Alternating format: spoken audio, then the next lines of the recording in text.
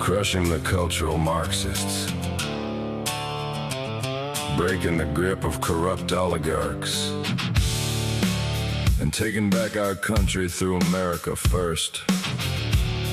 Here's your host of Liberty and Reality, John Henson.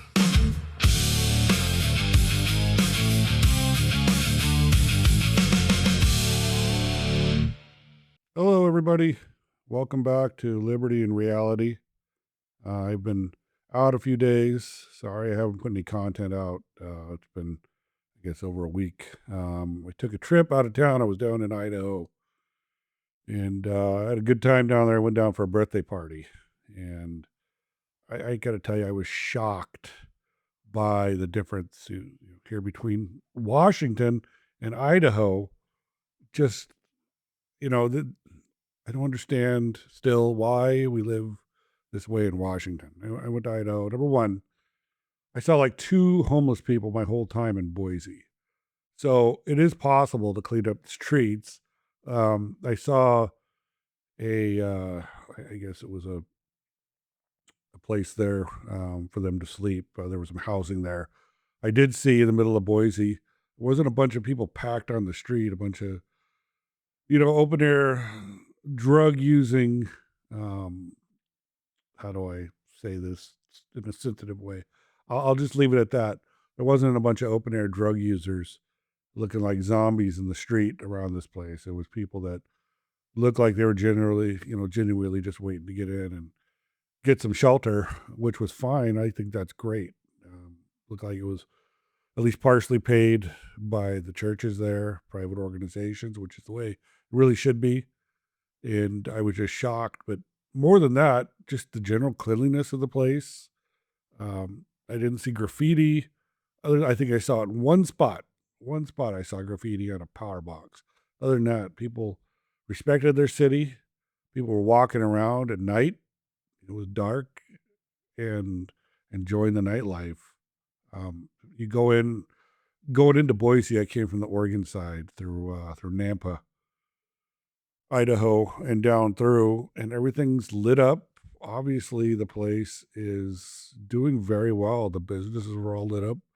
There wasn't any look of just, I don't know, it just seems like the place was thriving. That's the impression I got. Everybody was happy. Everybody I talked to seemed to be pretty happy with their lives there. I didn't smell any weed smoke anywhere. You know, I'm not against necessarily weed legalization, but people out here in Washington are so disrespectful with it. They'll smoke it around kids. They don't care. And that smell carries everywhere. So, like, I didn't smell any of that in Idaho. I was just very impressed. Went up to northern Idaho, actually looked at a couple properties up there. Been considering making that move either to northern Idaho or Montana, just across the border over there between, I guess, Bonner's Ferry, Coeur d'Alene, over to like Missoula, somewhere in there. That's where we're thinking about relocating here in the next couple of years at some point, maybe. Of course, with interest rates the way they are, that makes it tougher. So we'll see. We'll see what happens. Me and my wife are rolling around, but I do love Washington. I hate the politics here. Like everybody, I hate the politics here. But I love the weather. I love the state as far as geography. It's great. I grew up here, so I understand this place. But I just don't understand why the people running it and some of the voters, a lot of the voters here, just I don't understand. They don't know if they're just not knowledgeable or maybe they're just captured. I mean, so they're ideologically subverted or something because they vote for the craziest stuff, including here in the local election. I'm going to talk about. We have one of the state representatives named Tara Simmons. Now, she was a convicted felon before she came into office, which, I'm very open to people putting their life back together over such a thing, after going through an experience like that. That's not the issue. But the issue is she's still a damn criminal. And she was convicted for some violations with regard to money. I think they may have just been ethics violations. I can't remember exactly what she was convicted of, but it's significant. It's significant for an elected official, and this is an election year. So I talked before about her opponent. These are two Democrats because the area is very Democrat. I can't remember the exact district. I'm sorry, but Daria Elgin. If you live up there, you'll know. But I definitely recommend. I talked about Daria before. Great guy.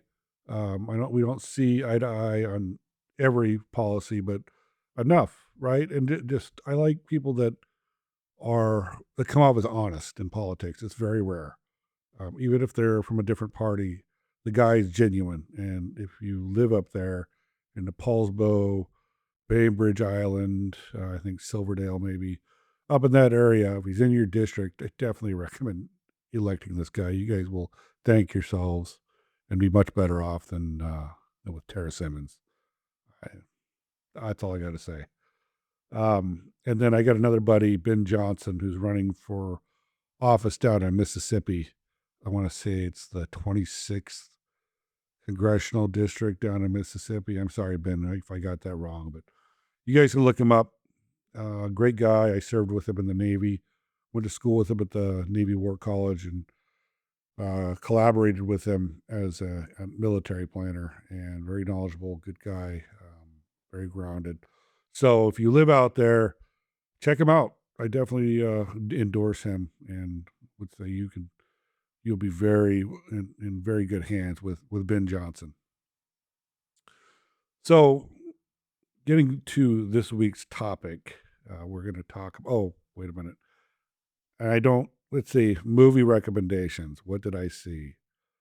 I don't know um, that I have a movie recommendation this week. I haven't seen anything really good since the last time we talked. So I'm sorry about that.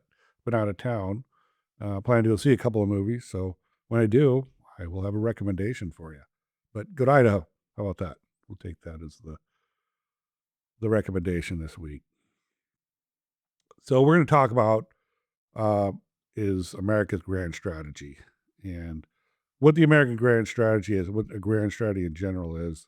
It's a nation's long-term plan to coordinate all of its national power to secure its own interests, basically. It's the strategy to achieve its global objectives. And you catch a glimpse of it every year. There's a national security strategy that's required by law that the president signs and delivers to Congress within the few months of that person taking office. And you can get an understanding of what each president views as priorities in their strategy. It's a very important document if you want to understand how each president and each administration sees the globe and America's place in it.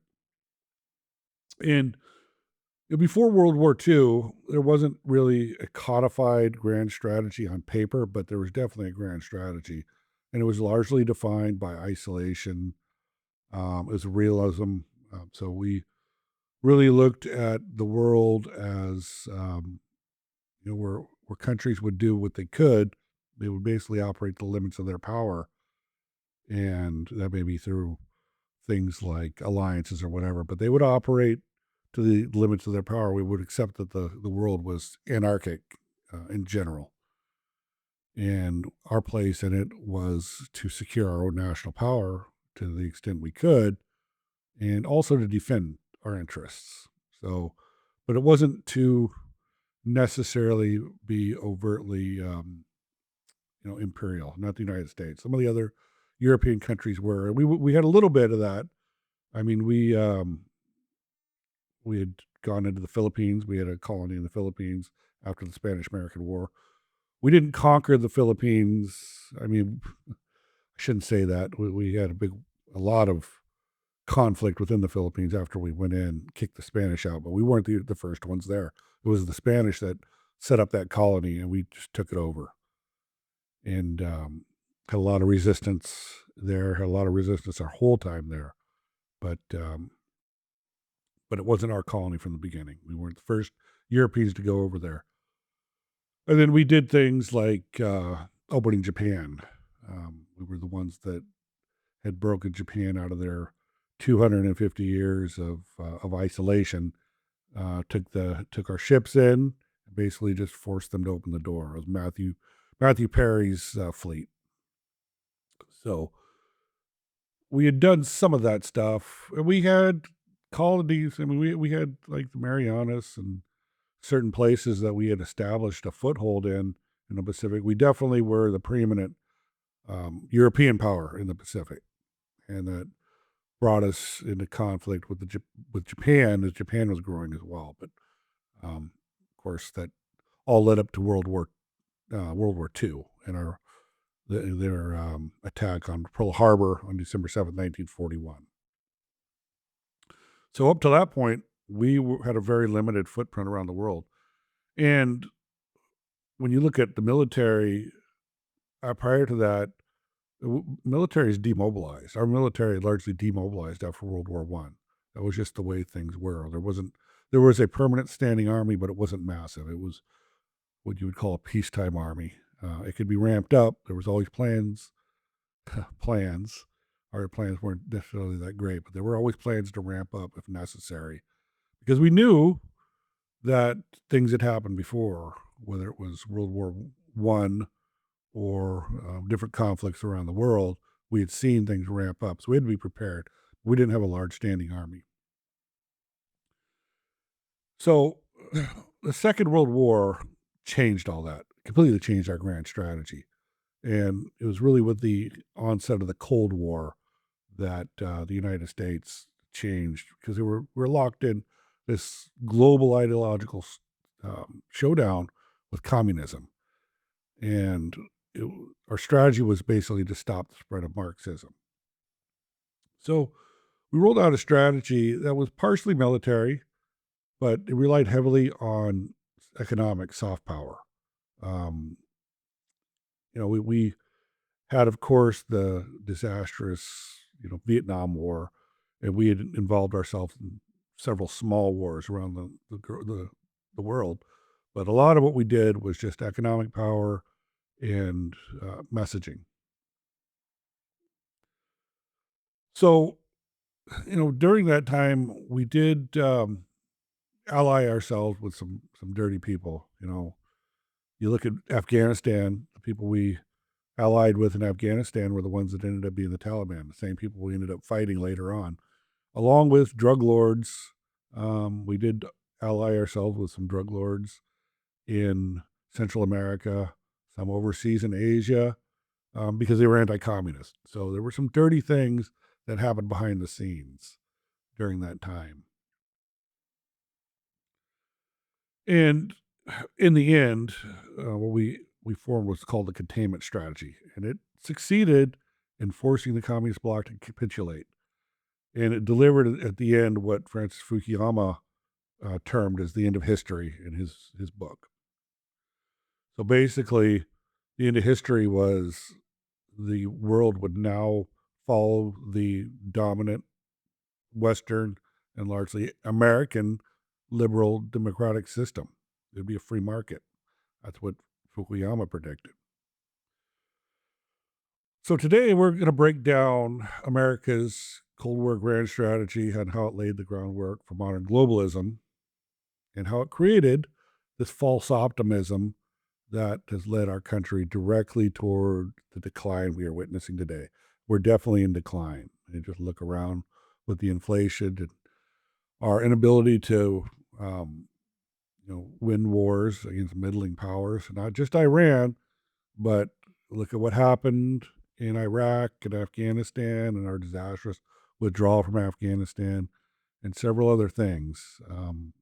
We're clearly not where we were, along with the rise of China. We thought we had contained, we were going to be the global superpower, unipolarity, but that has not happened. Our rivals have risen, and they are, threatening to surpass us in a lot of ways. And in a lot of ways, you can say they have surpassed us. We've allowed that to happen because of, I guess, a lot of overconfidence, a lot of bad decisions.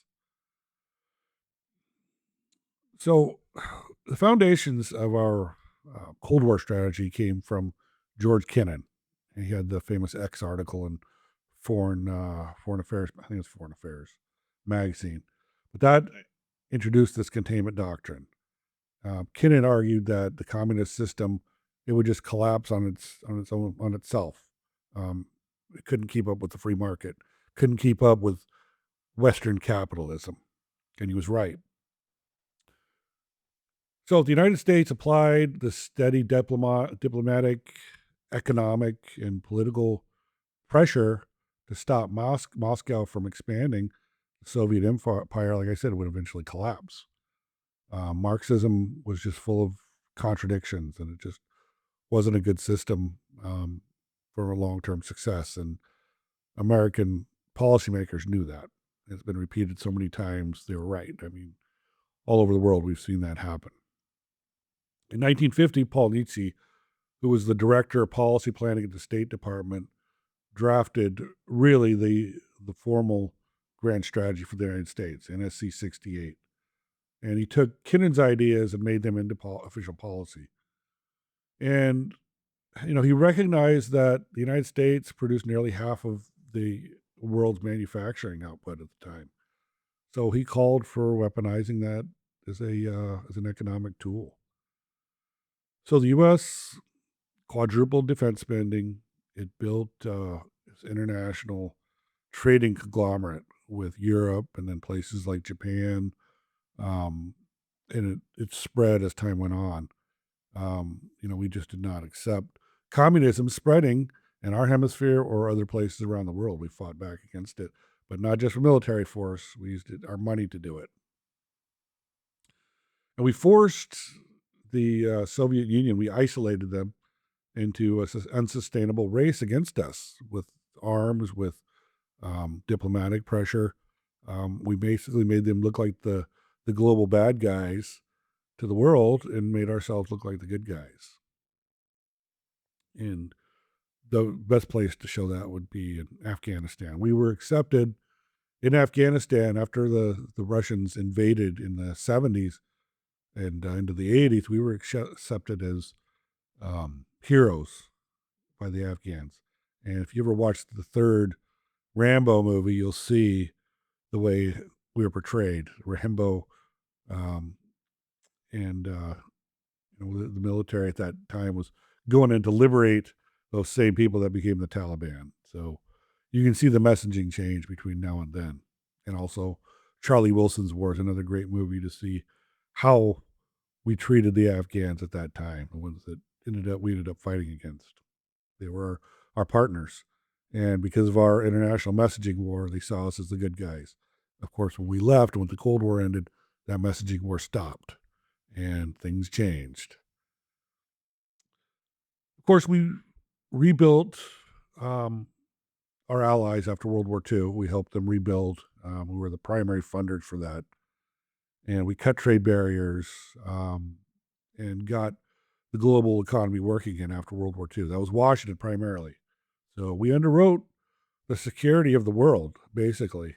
All those European allies were the strongest countries, including, of course, Germany, which was now, at least half of it, was part of the West, part of the American system, Japan as well. So we underwrote everybody's security. And of course, that doesn't mean that they didn't have militaries. It was just we were the ones, the dominant power in the world. And we also established the U.S. as the dollar's reserve currency. Kind of it happened before with Bretton Woods, before World War II, but it really strengthened during the post-World War II period. So globalism became the theory that was created out of those economic policies. After the fall of the Soviet Union in 1991, we took those same models and we continued them. It was just repurposed as part of the American grand strategy called globalism. And instead of containment, Washington turned it into an open-ended crusade to police the world. We weren't going to let anybody interfere with this new American liberal democratic order. So We operated on the assumption that America-led globalism was the permanent model for the entire planet. And that's what Fukuyama was talking about. And, Eisenhower, as I've said before, had predicted we were going to have problems after World War II into the Cold War because of the military industrial complex. And we obviously, that has come to pass. It helped us during the Cold War. It helped us win the Cold War, but it just institutionalized this corrupt partnership between the Congress, the politicians, and the military industry, where the military industry helps make the policy that enriches them. It's a self-licking ice cream cone. So by the 1960s, reverse back, during the Cold War, the foreign policy establishment was dominated by these Ivy League academics, these former corporate executives, particularly auto executives, and intellectuals that believed data models and business management could create solutions to global conflict. And a lot of that happened during the Kennedy administration, and it still merged into the um, Lyndon B. Johnson administration. But the neoconservatives started to rear their head during that time, and the neoconservatives believed the permanent defense establishment could be used to shape foreign policy forever. And this is where we got our policy of global intervention, our this doctrine that led us into Vietnam and has kept us fighting pretty much ever since, on and off.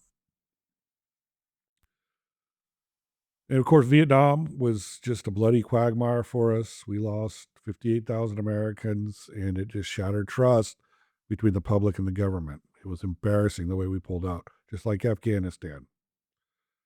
So, as I said, when Washington fell, or when Soviet Union eventually fell, Washington just completely misinterpreted its victory. Instead of declaring mission accomplished, the foreign policy establishment believed that liberal democracy and free markets were the final destination of humanity.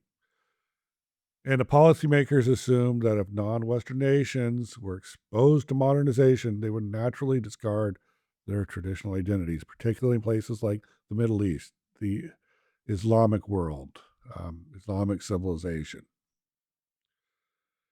And the belief was that they would always accept Western-style democracies in the end. Inevitably, that's what they would adopt as their models. And Samuel Huntington, we talked about him before, Clash of Civilizations. He refuted this. And he wrote his book in the 1990s, warning that modernization is not going to be accepted as Westernization. It's going to be fought. Non-Western powers, they would modernize technologically, but they would do so without Western values.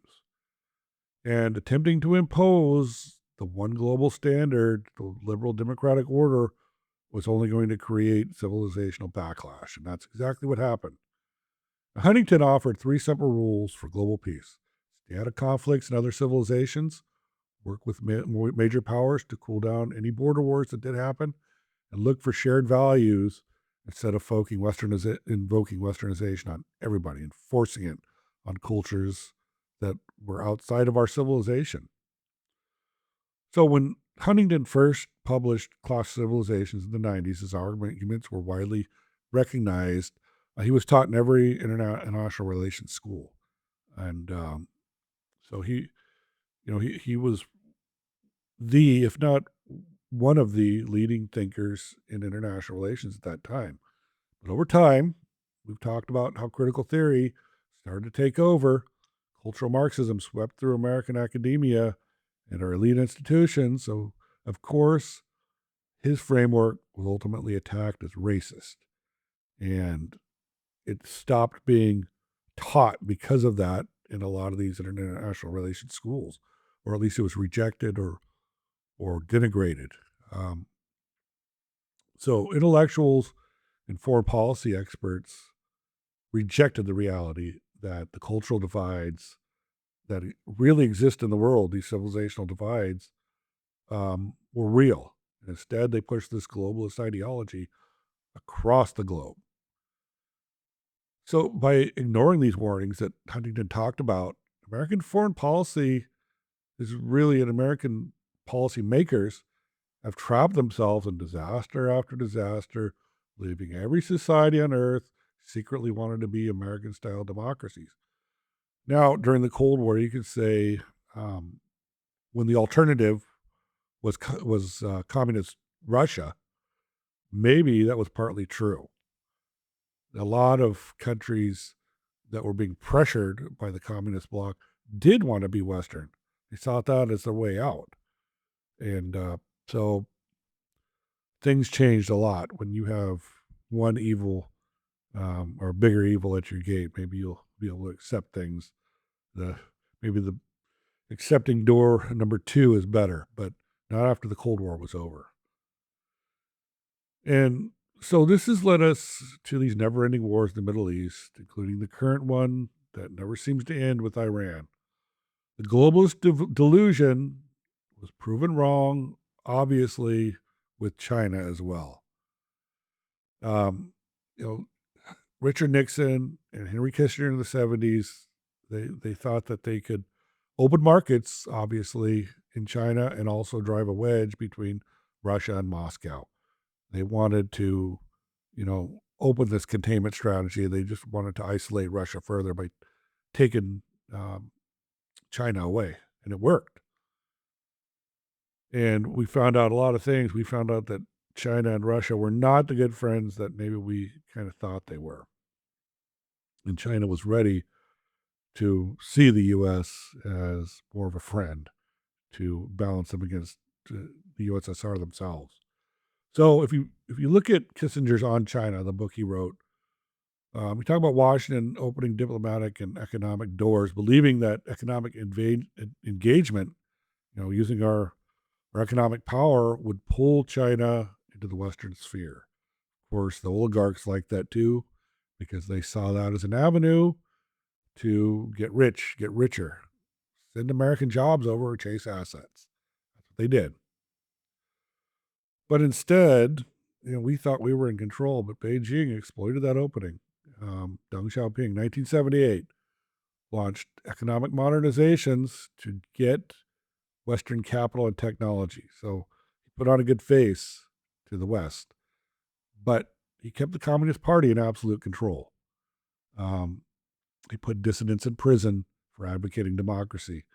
Of course, ultimately, this led to the 1989 Tiananmen Square massacre, the pro-democracy march in Tiananmen Square, where the Chinese government, they rolled tanks out. They crushed the I guess you could call that one of the first color revolutions. They killed, we don't know how many people. I don't think there's ever been official numbers that have come out after that, but that crushed any hope of the Chinese becoming a democratic um, country. And of course, keep in mind, this is still during the Cold War. So the Chinese were still looking at the West, and the world was still looking at this Western model as good. Um, the Western model was the lesser of two evils. So they looked at democracy as a good choice at that time. And Washington, even though with Tiananmen Square, they still stuck to this belief for 2 decades that trade would liberalize China. And they completely ignored the realities. That's not how China operates. And Huntington could have told you that if you just listened to him.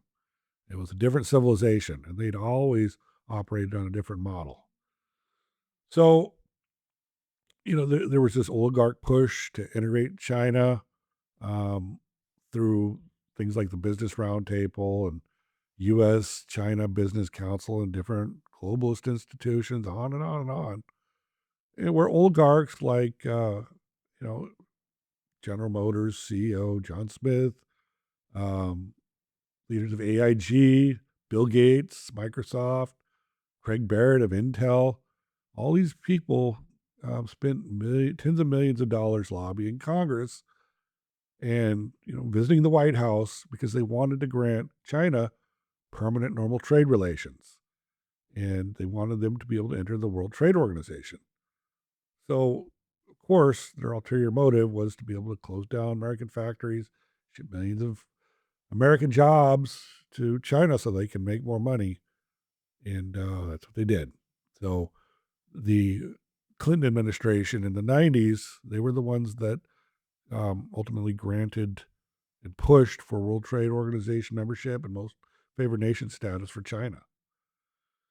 But rather than democratizing, Beijing, after 30 years of free trade, they've made these oligarchs enormously wealthy, but they now control critical supply chains.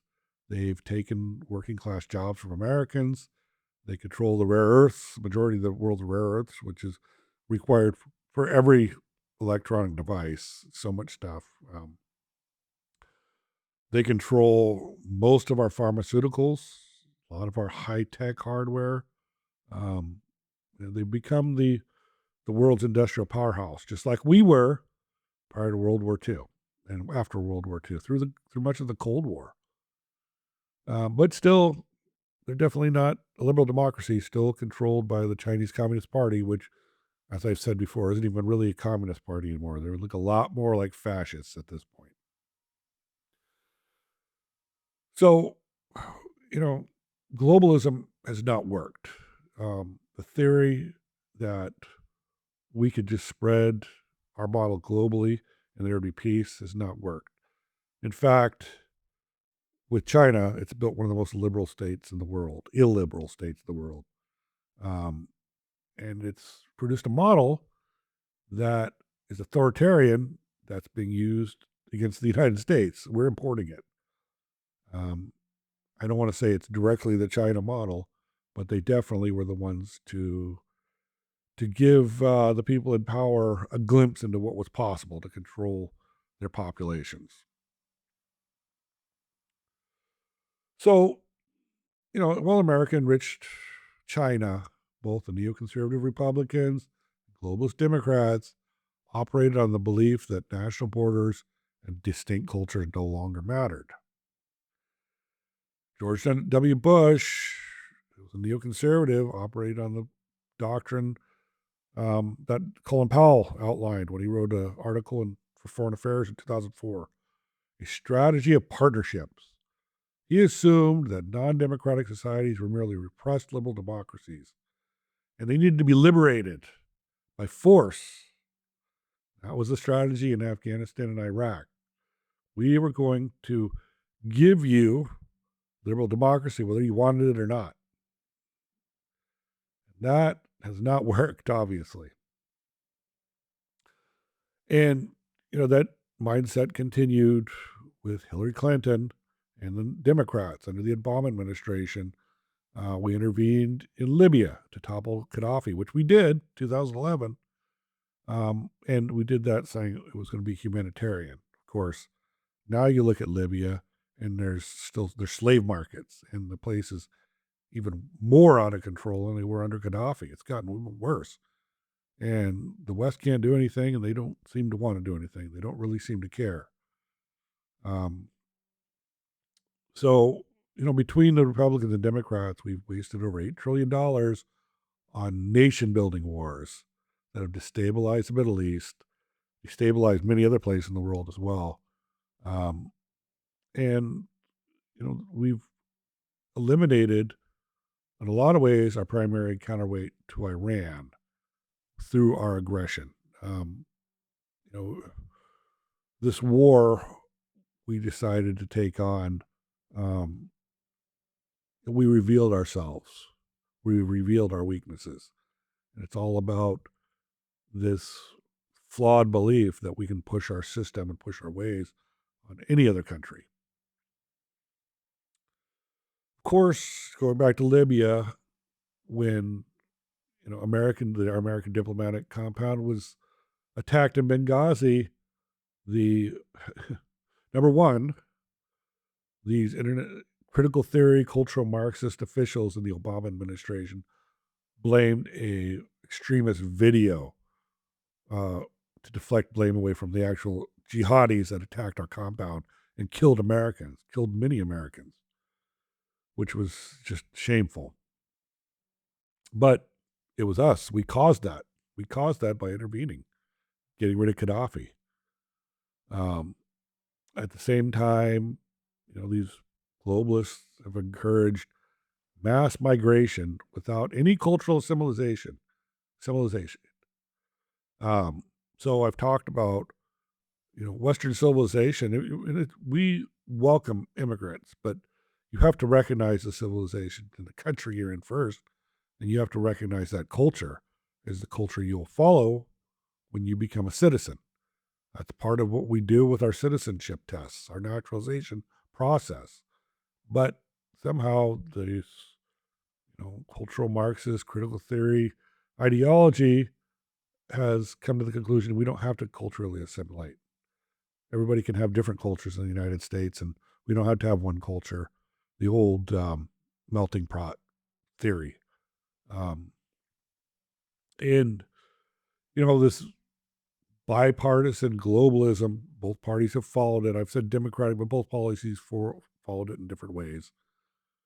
It's, it's enriched our corporate elites, as I said, but it's just gutted American jobs, communities, working class. So our own domestic culture has just been crushed by this. We have started attacking ourselves, and which is completely opposite of what globalism was designed for. We were supposed to spread our system throughout the world, not use it against ourselves, not use other systems against ourselves. We're not supposed to have a clash of civilizations inside the United States, but that's what's happening. During the Cold War, we had different voices globally, things like soft power voices like Voice of America, Radio Free Europe, and they all just advocated for the American way, for Western civilization, the greatness of America, the greatness of democracy and free markets and liberalism. And they celebrated liberty and individual rights. It was, that was the counterbalance to the tyrannical communist bloc. And if you remember back to 1985, if you were around, or you can look it up on the internet or whatever, there was a communist takeover, Marxist takeover of Ethiopia, and just crushed their agriculture. And it was the Dergs. The Dergs had taken over in Ethiopia, and there was just massive famine. And in 1985, there was a big group of very famous artists. They put together this "We Are the World" concert. They made, I don't know how many millions of dollars to send to Ethiopia, but that just showcased the greatness of the West versus the communist regimes. And I don't know if you could even get these, Hollywood or famous musicians to do that now. I don't know. They would probably side with the communists at this point, just the way the culture has gone. But it wasn't like that not that long ago. So obviously, over the subsequent decades, critical theory, cultural Marxism has captured our institutions, and it's replaced our civic pride, our pride of being Americans, with the narrative of systemic oppression, imperialism, and historical guilt. So now, on top of that, the United States, they pretty much hit a fiscal wall. We've hit a fiscal wall, and it limits our ability to project power abroad. We talked about that, how we can't build the missiles we need. We have a lot of problems maintaining our war effort because of it. So now our national debt has surpassed $40 trillion. Our annual net interest costs, we've talked about this too, they cost more than our entire defense budget. And the first time that's happened in history to this country. So this debt is just crowding our capacity for any prolonged military modernization. Really, it's going to crowd out anything we can do for the American people. It's going to keep getting worse. So the industrial base that won World War II has decayed. U.S. manufacturing has fallen to about 10% of GDP. When we were the industrial leader of the world before, China produces, a majority of global manufacturing, especially things like shipbuilding. And when you're trying to trade globally, shipbuilding is obviously very important. So there was a war game that was conducted by Center for Strategic International Studies that showed how our military would expend all of its critical munitions in a fight with a high-end rival like China within 7 days. So, we just can't replace these stockpiles because of our debt. Um, this reckless meddling that we've done globally has, you know, it's you can see it in this military disaster in Ukraine. The Washington NATO before world. I don't know if you know anything. If you're not familiar with what happened in Ukraine, you can't find information on it now in the mainstream media. It's crazy. It's like it's been scrubbed from the internet unless you know where to look. But Washington NATO, they spent years interfering in Ukrainian politics, um, which is something that was promised to Russia that we wouldn't do at the end of the Cold War. So leading up to, I guess this was during the Obama administration, the, kind of during the heart of the global war on terrorism. That stuff was still going on. But you had, conservatives like John McCain, or, you had Clintons, and these different groups over in Ukraine. They were trying to stoke division. They were trying to take control and push, they're pressuring the Ukrainian officials to accept NATO expansion. Um, and of course, one of those was Assistant Secretary of State Victoria Nuland. And one of working with um, some pretty seedy people, they really helped to stoke the Maidan uprising. That was the big color revolution in Ukraine that led to the fall of the elected president there. So under the Obama administration, you had Joe Biden. Joe Biden was Barack Obama's man in Ukraine. So um, in 2014, there was a leaked phone call between Victoria Nuland and an individual named Stephen Pyatt, another American representative. But they were talking about handpicking Ukraine's next government leaders. So we were doing election interference. Where you heard that before?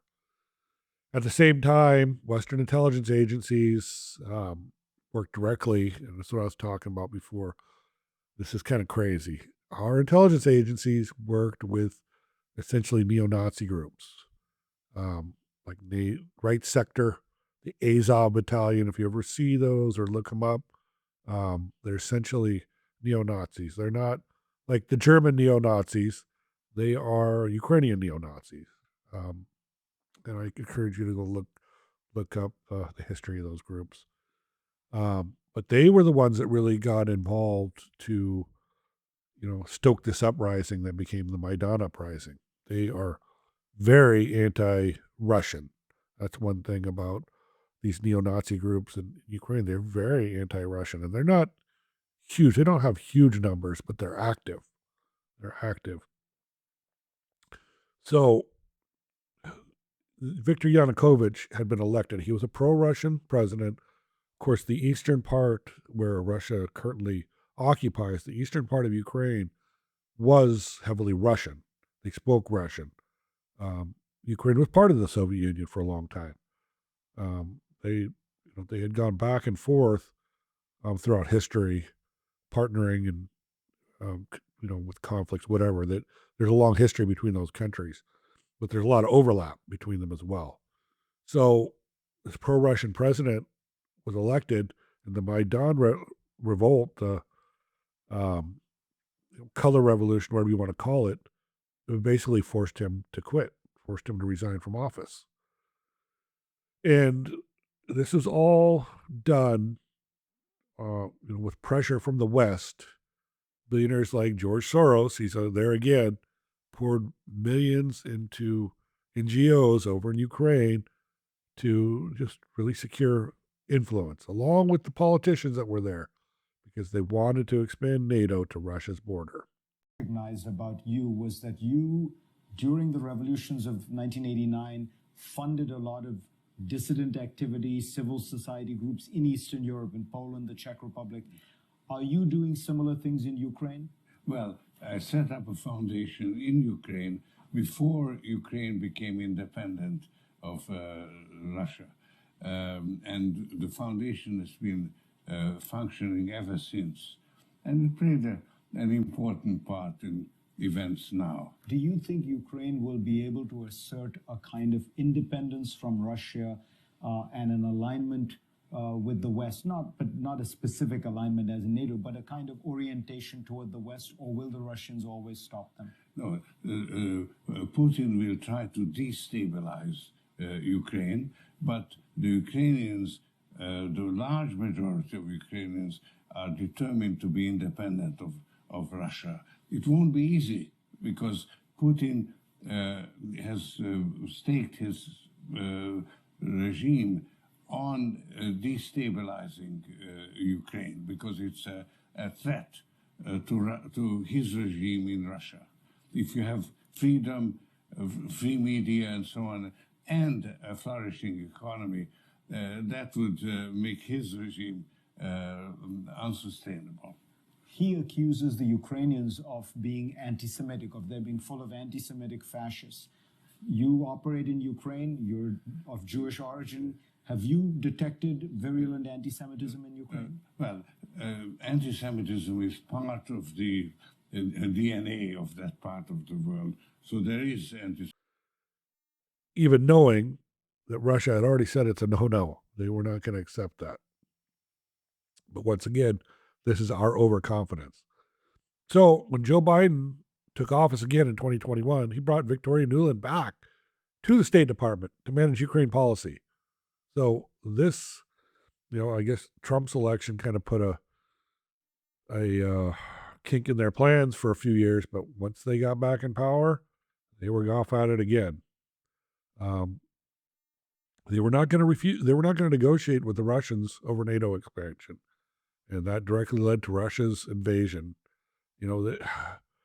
It's amazing that in the mainstream media, they don't ever explain why Russia went into Ukraine, and they always try to classify this or categorize this as this is Hitler, this is the Nazis invading, Eastern Europe again. It's not. These are two countries that have been very closely aligned historically, and essentially Ukraine was they were a buffer to NATO, and when the buffer state's gone, that means Russia has to directly confront, its enemy, and they don't want that. They wanted the buffer there, and they also had all these interests in Eastern Europe. There's so many things that were just kind of slaps in the face to Moscow that forced them into this war.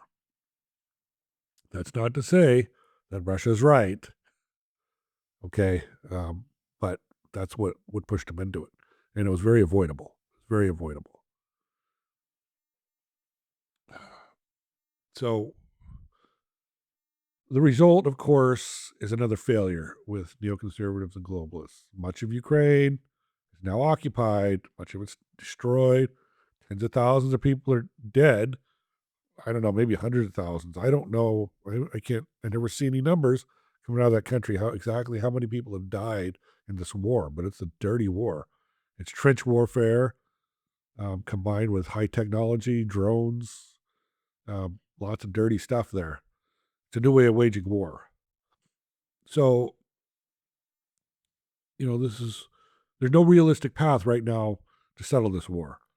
I know the Trump administration had made that one of their goals coming into office, but they can't do it. They can't do it. We don't have the national power. We don't have we don't have that kind of authority anymore. And you can see it in Iran. We've talked about this before.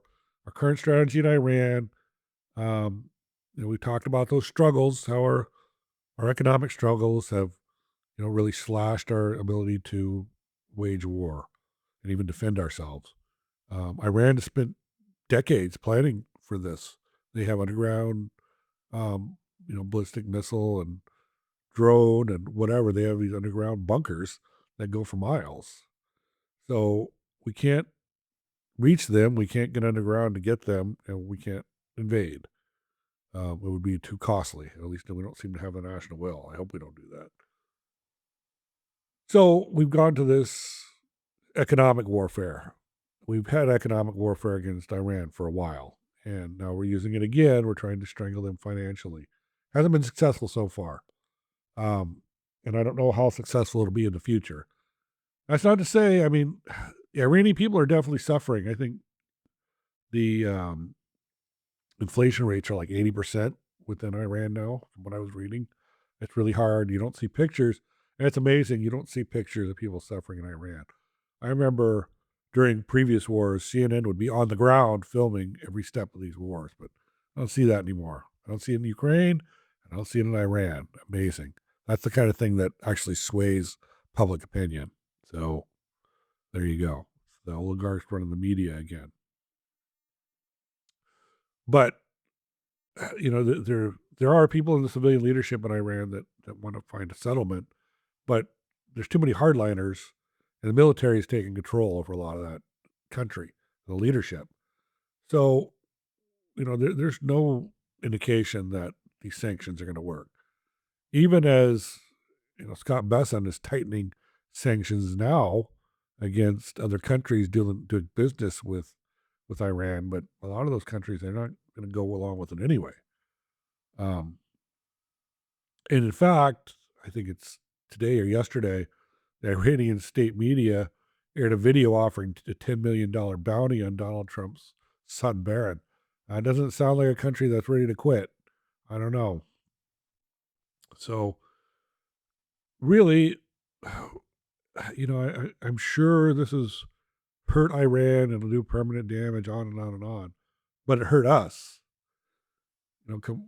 Cutting off Iranian energy um, with this naval blockade, it's caused oil prices to spike, and we all know it. We all see it at the pump. Some places are having it worse than others. Some countries are having it worse than others, especially places like Iran or like Japan, which holds, they are the largest foreign holder of our debt. This 40 trillion. They hold some astronomical amount of our foreign debt. And Japan relies, of course, on energy imports for all, on the oil from the Middle East, including Iran. They were getting Iranian oil. They had some sort of deal with the United States where they were getting Iranian oil, but the energy crunch has just cratered the yen. They've had to take steps to keep the yen from completely collapsing. And the problem is, as the yen degrades, eventually they're going to be forced to sell, our debt on the open market. They're going to have to liquidate it. And that's going to cause huge problems back home. Because when foreign holders dump our treasuries, our borrowing costs rise, the dollar weakens, so that's inflation, more inflation. So major powers like China are refusing to comply with the U.S. sanctions because they see it. They don't want to make our situation better. They want to see us get weaker. So we don't have any realistic leverage to punish countries like Beijing. And we're just crashing the global supply chain right now. And we know that even if we go hard at Beijing, that's going to make things even worse because they are the leading industrial power and they own a lot of these supply chains. So instead of isolating Tehran, our financial containment is just accelerated their response. They are just moving closer to Russia and China. They're just becoming another another military alignment, another financial alignment against the United States. And right now, in fact, China and Russia and China, they do a lot of business in their own currencies, in rubles and yuan instead of the dollar. Of course, the dollar was supposed to be the global reserve currency, but that's decreasing rapidly. That's crashing rapidly. So, you throw Iran on top of that. Um, Non-aligned nations in the global south, places like India, they view this weaponization of the dollar as a threat to their own sovereignty. And they're not going to enforce those trade embargoes. So Russia and China, they're expanding their own influence. They're creating alternative structures like the BRICS, the Shanghai Cooperation Organization, to construct their own little mechanism, or a big mechanism, to do business instead of relying on the dollar. They're going to, they'll have their own system to bypass the Federal Reserve, and it's just going to crush the dollar. It's going to cause inflation. It's going to cause us not to be able to borrow. It's going to be a horrible recession or depression as this goes on, unless we fix it. So, we accelerate this de-dollarization, and it's going to crush the world economy as well. If you look at the data between 2000 today, the dollar share of global exchanges has dropped from over 70% to roughly 50%. And it's dropping further. There's, with these wars, it's just causing that de-dollarization to go faster. And things like, these central banks, they're purchasing gold. That's one of the reasons you've seen the gold prices go up so much, is because central banks are purchasing gold instead of relying on the dollar. And that's not going to stop. The United States has done things like freezing Russian assets when they invaded Kuwait or Ukraine. Sorry, that doesn't help. That makes it look like these countries, these large countries, they can't trust the United States with their money in the system. So de-dollarization will hit the working class hard. Make no mistake about it. A lot of people, they don't understand this, but there's going to be a severe recession and severe job losses, which is probably what the oligarchs want. Talked about that. They want these type of things so they can step in and take control. Globalism promised to tear down trade barriers and open international markets and connect the world. It promised to spread democracy and prosperity everywhere. Instead, the result of it has been an alliance between World Economic Forum oligarchs, these rich billionaires, neo-Marxist critical theorists, the ones that, particularly from the Frankfurt School, that have pushed critical theory as a tool to destroy Western society. And, it's fed groups like the DSA, and then the neoconservative interventionists, the military-industrial complex. They are all aiming in different ways to dismantle the modern nation state, or at least change it, take control over it. The corporate oligarchs, the WEF oligarch, World Economic Forum or oligarchs, treat nations as they're just economic zones. They can move their wealth anywhere in the world. They don't have to worry about the dollar. They can move their wealth anywhere. They can push borders. They can push jobs overseas. They can open, wherever even if a lot of them don't even need to worry about jobs. They're just making money off of assets. They don't need jobs. They just want to make bigger profits. When they do need labor, they want cheap labor. So they'll move their industries wherever they can get the cheapest labor, the least regulations, those types of things. The cultural Marxists have operated with the World Economic Forum, pushing their bullshit under the banner of things like equity, diversity, equity, and inclusion, ESG, all those things we talked about before.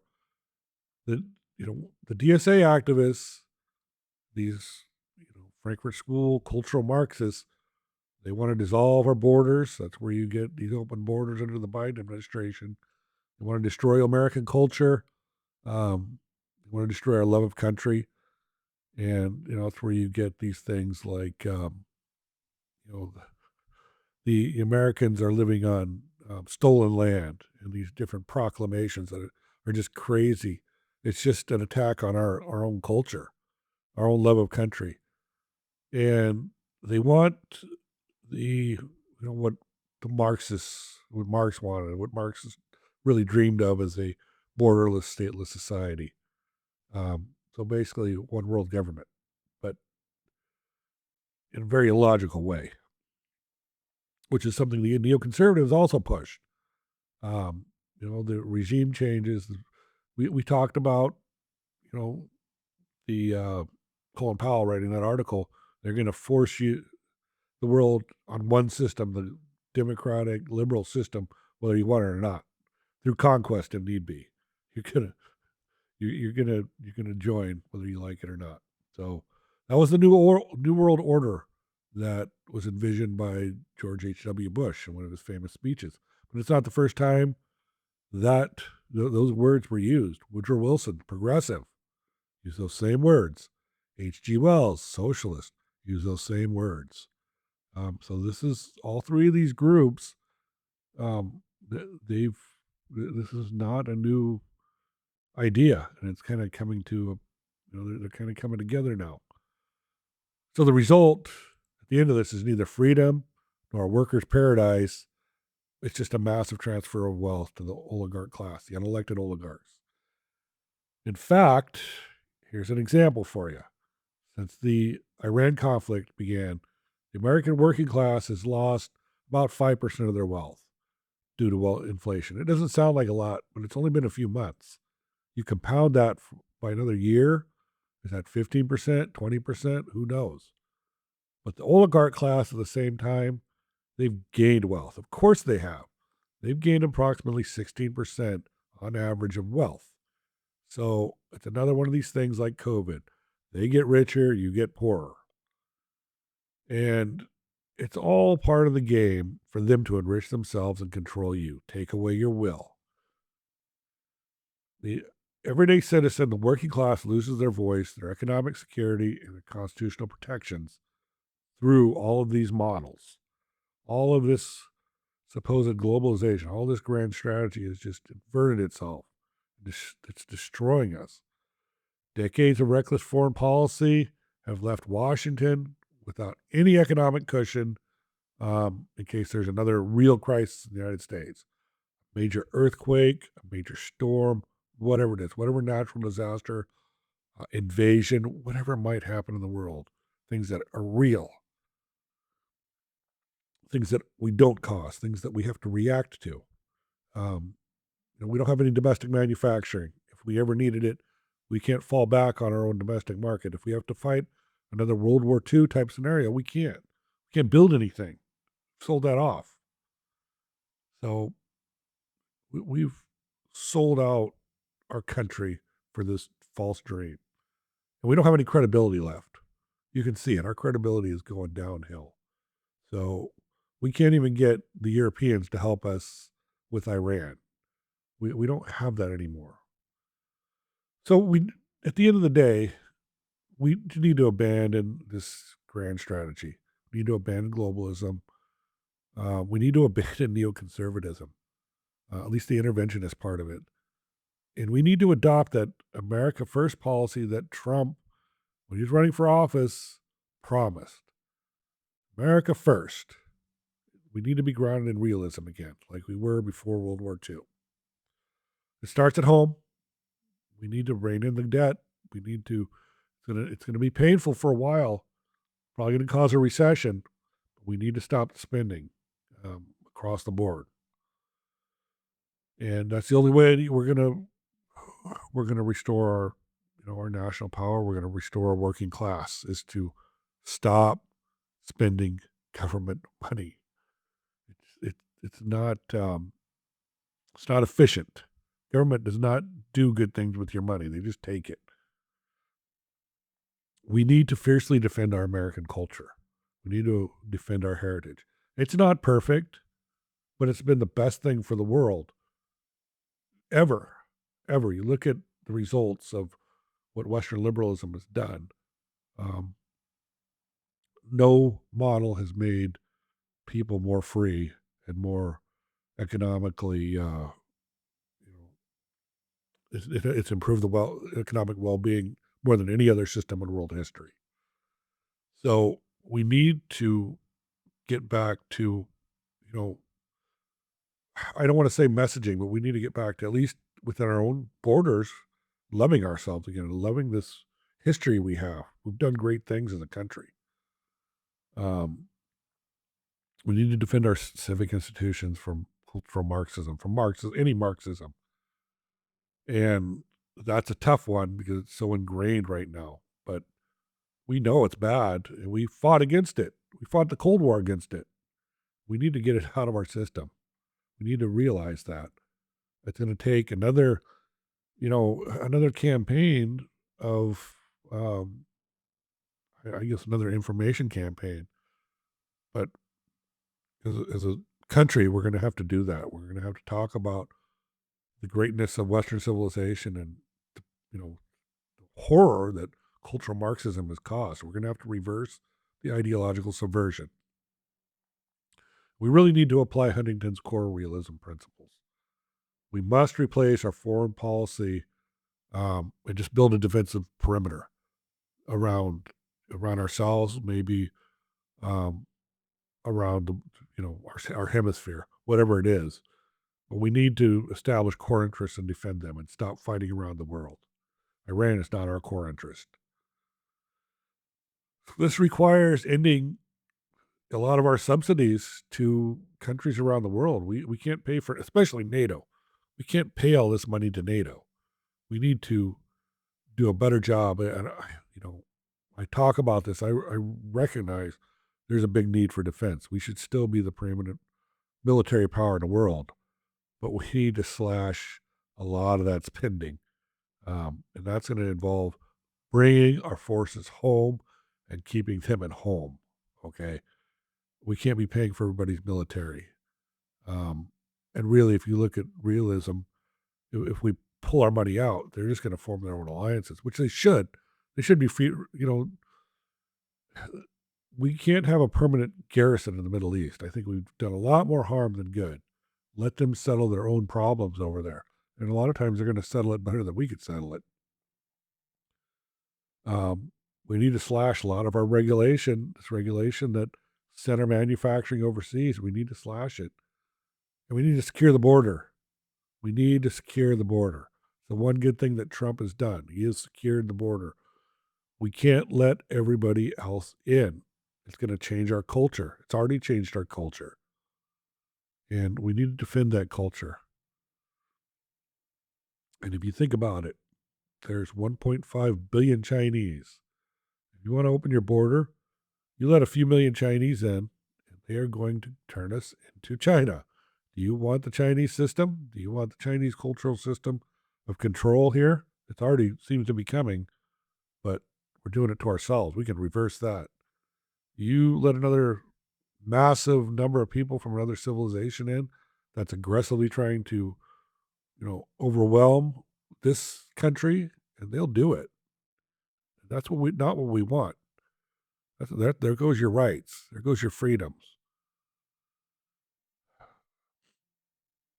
A country cannot survive the way we survive. We can't have our factories overseas.